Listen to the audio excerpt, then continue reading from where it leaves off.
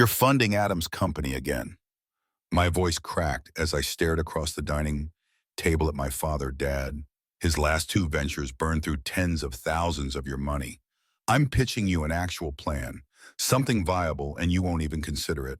My father, Omar Hassan, didn't even blink. He folded his napkin neatly, leaning back in his chair, as if I hadn't just poured weeks of effort into the proposal sitting in front of him. Leah, I admire your enthusiasm, but business is a man's responsibility. Adam needs this to establish himself.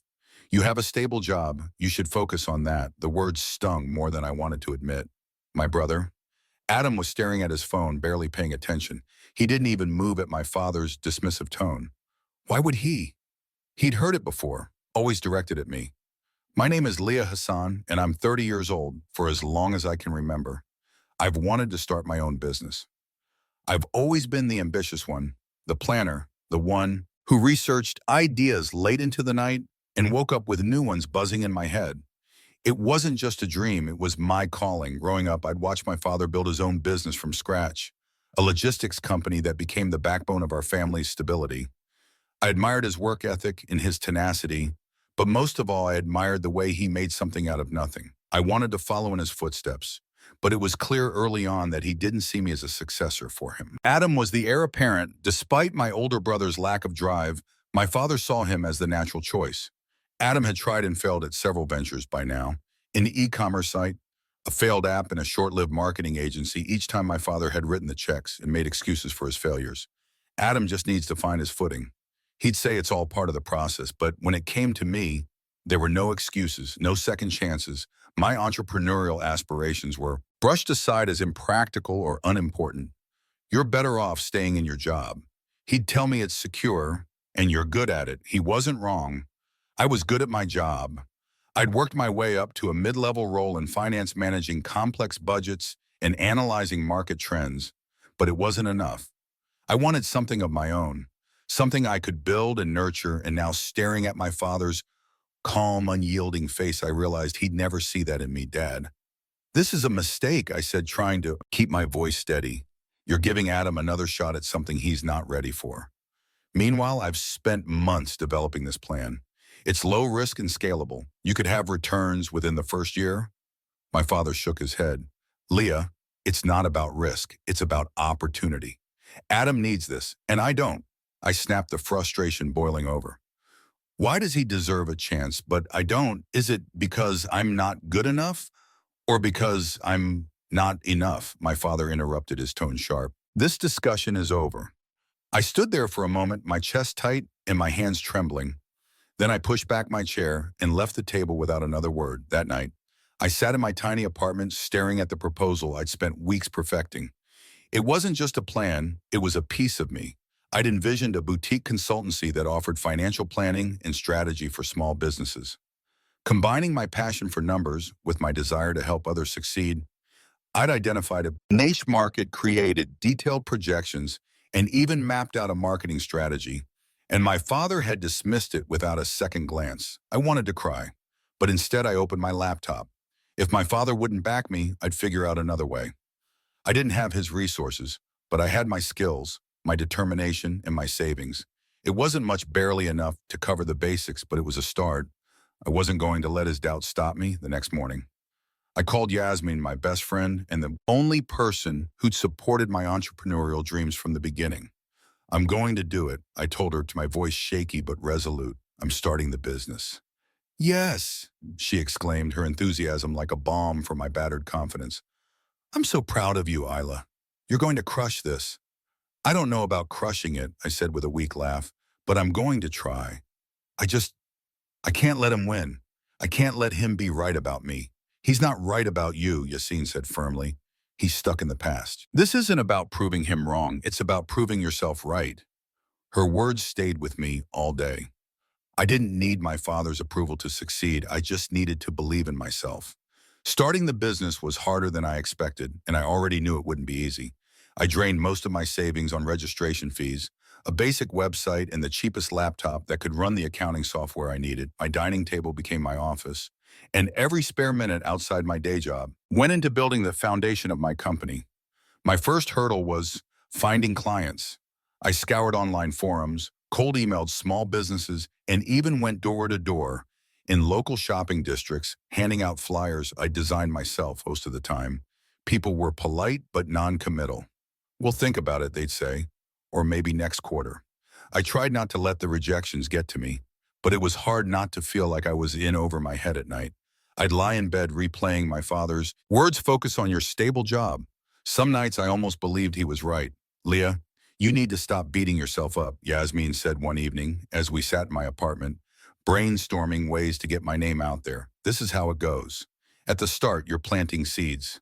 They'll grow, you just need to give it time." Yasmin had become my biggest cheerleader and unofficial business partner. She worked as a graphic designer, and when I told her about my idea, she immediately offered to help. With branding, she designed a logo, spruced up my website, and created sleek, professional look brochures that made my little operation feel more legitimate.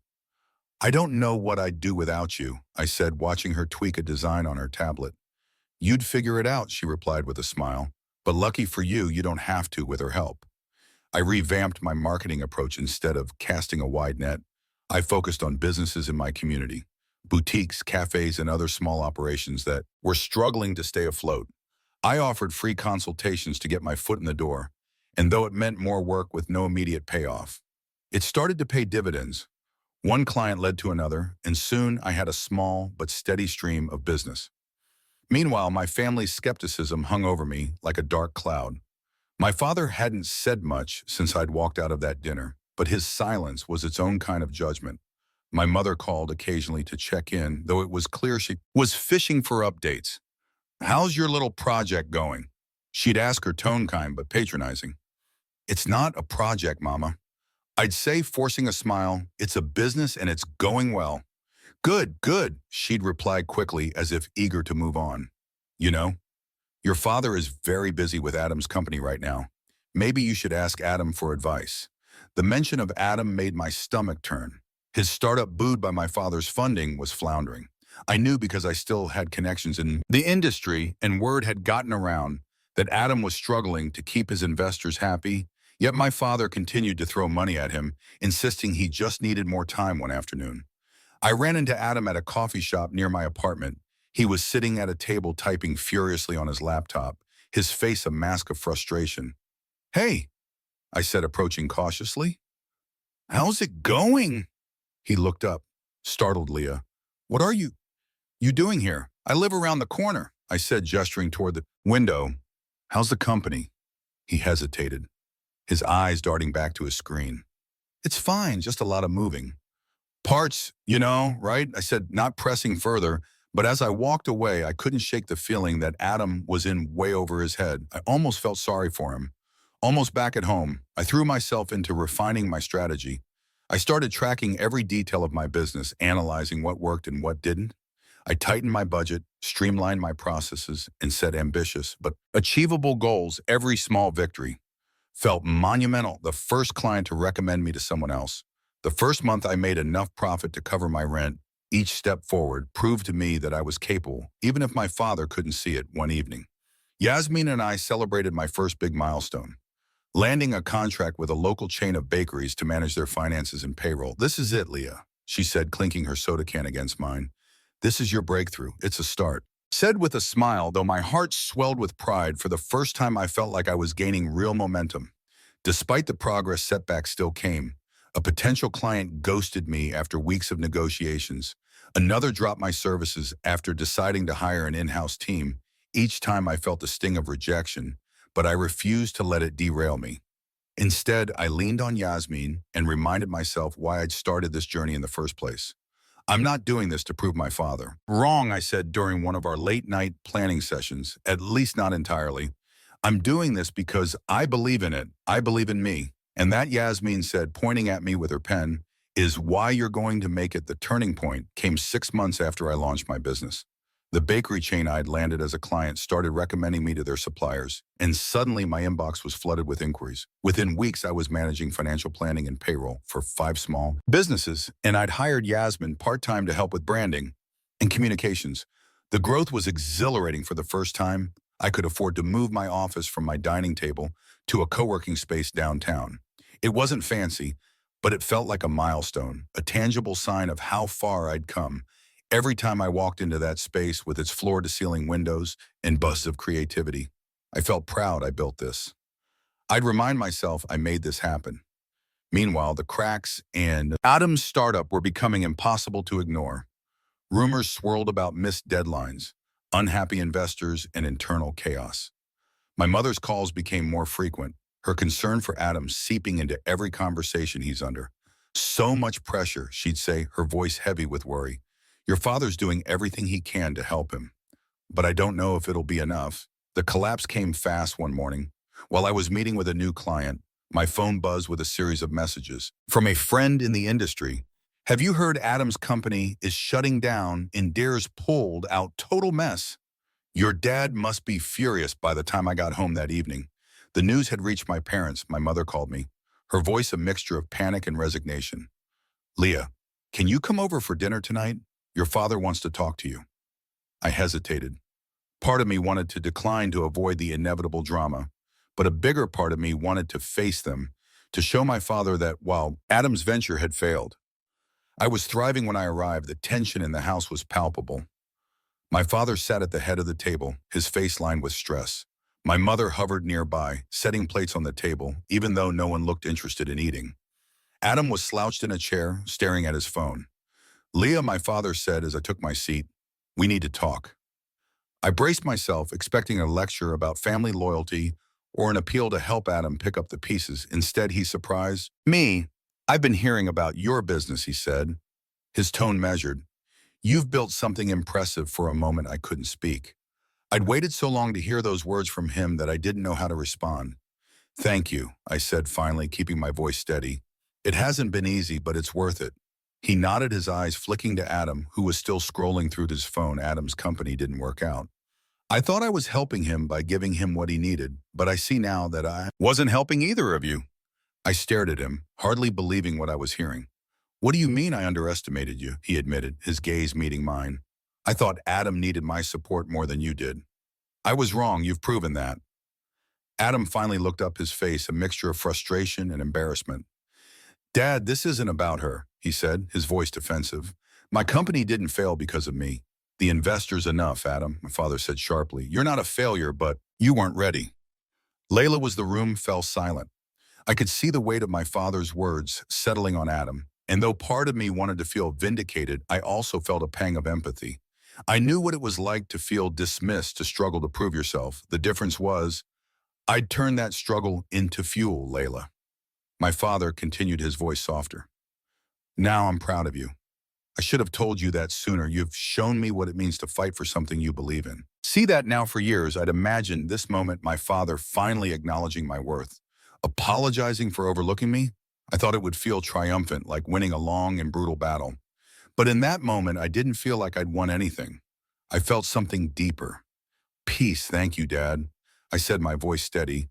I didn't do this to prove you wrong. I did it because I knew I could, and I hope now you can see that too. He nodded, his expression heavy with a mix of regret and pride. I do, he said simply. That evening, as I left my parents' house, I felt a sense of closure. I hadn't expected. My father's words couldn't undo the years of doubt, but they were a start. More importantly, they weren't the validation I needed anymore. I'd found that on my own. The weeks following that dinner were quieter than I expected. My father didn't bring up Adam's failed startup again, but the tension between them seemed to ease. Adam still carried the weight of disappointment, but he began asking me questions about my business. Questions I never imagined he'd ask. One evening, he called me out of the blue. Leah, he started, sounding hesitant. How do you manage your client relationships? Like, what keeps them coming back? I almost dropped my phone. Are you asking for advice? Yeah, he admitted. I mean, clearly you're doing something right. I don't want to make the same mistakes again. For a moment, I wasn't sure how to respond. Part of me wanted to bask in the irony, my brother, the golden child, asking me for guidance, but I could hear the sincerity in his voice, and it reminded me of how much I'd wanted that same validation not long ago. It's about trust, I said finally. You can have the best product or service in the world, but if your clients don't trust you to deliver, none of it matters.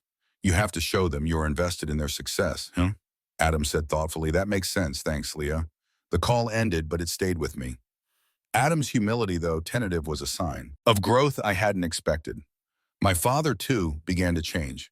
He stopped referring to my business as a project and started asking real questions about my clients, my strategies, and my long-term goals.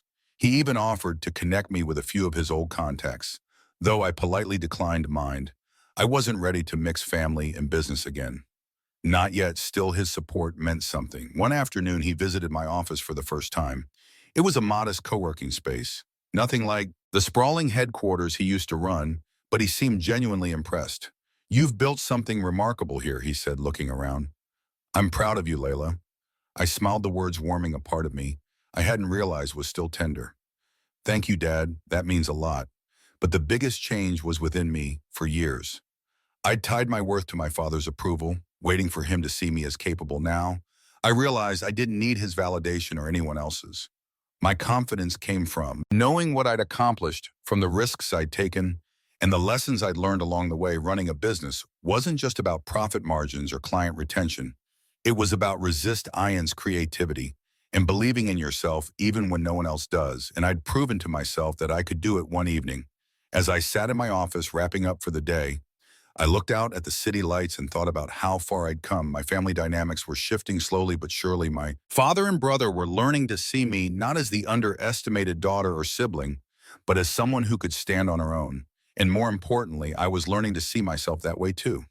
The journey wasn't over. I still had goals to achieve, clients to win, and challenges to overcome. But for the first time, I felt truly independent, truly capable. This was my life, and I was living it on my own terms. 6 months later, my business had grown beyond anything I could have imagined. What started as a one-woman operation at my dining table had become a small but thriving consult consulting. I'd hired 2 part-time employees to help manage the workload, and Yasmin had officially joined as my creative director. Together, we were helping small businesses turn their finances around, one spreadsheet and strategy at a time. One of my proudest moments came when a regional business magazine featured me in an article about emerging entrepreneurs. They called my company a shining example of grassroots success, and when the article was published, I sent a copy to my parents. My mother called immediately, her voice brimming with pride. "Leah, this is incredible. Your father's already framed it for his office." The thought of my father proudly displaying an article about my business was almost surreal. For years, I'd wanted nothing more than for him to see me this way, as someone capable and deserving of his respect. And now I'd earned that respect, not because he handed it to me, but because I proved it to myself at family dinners. Things felt different. My father asked thoughtful questions about my work, genuinely interested in my answers. Adam, too, seemed to have turned a corner. He'd started working for a marketing firm, finally finding his footing in a structured environment where his creativity could shine. There was no longer an air of competition between us, only mutual respect. "Leah," Adam said one evening as we cleared the table, "you're doing something amazing." "I'm proud of you." "Thanks, Adam," I replied, the sincerity of his words settling warmly in my chest. "That means a lot." He grinned. "But don't think I won't steal some of your ideas for my next project. Only if you pay me consulting fees," I shot back, laughing. The biggest change, though, was within me. Running my business had taught me more than just the mechanics of entrepreneurship. It had shown me the power of perseverance and self-belief. I no longer doubted my place at the table or felt the need to justify my ambitions. I was living proof that success wasn't about who got the first chance. It was about who made the most of it. One afternoon, I stood in my office looking out at the bustling street below. My father's voice echoed in my mind. Not the dismissive tone from that dinner months ago, but the proud words he'd spoken more recently. "You've built something remarkable for so long." I'd waited for his approval, but now I realized it wasn't what defined me. Defined me as I locked up the office and headed home. I felt a deep sense of peace. My business was thriving, my family relationships were healing, and I was finally living a life that felt authentically mine. The road hadn't been easy, but every struggle had shaped me into the leader I was becoming. This wasn't just the end of one chapter, it was the start of something even bigger. My future was in my hands, and I couldn't wait to see where it would take me.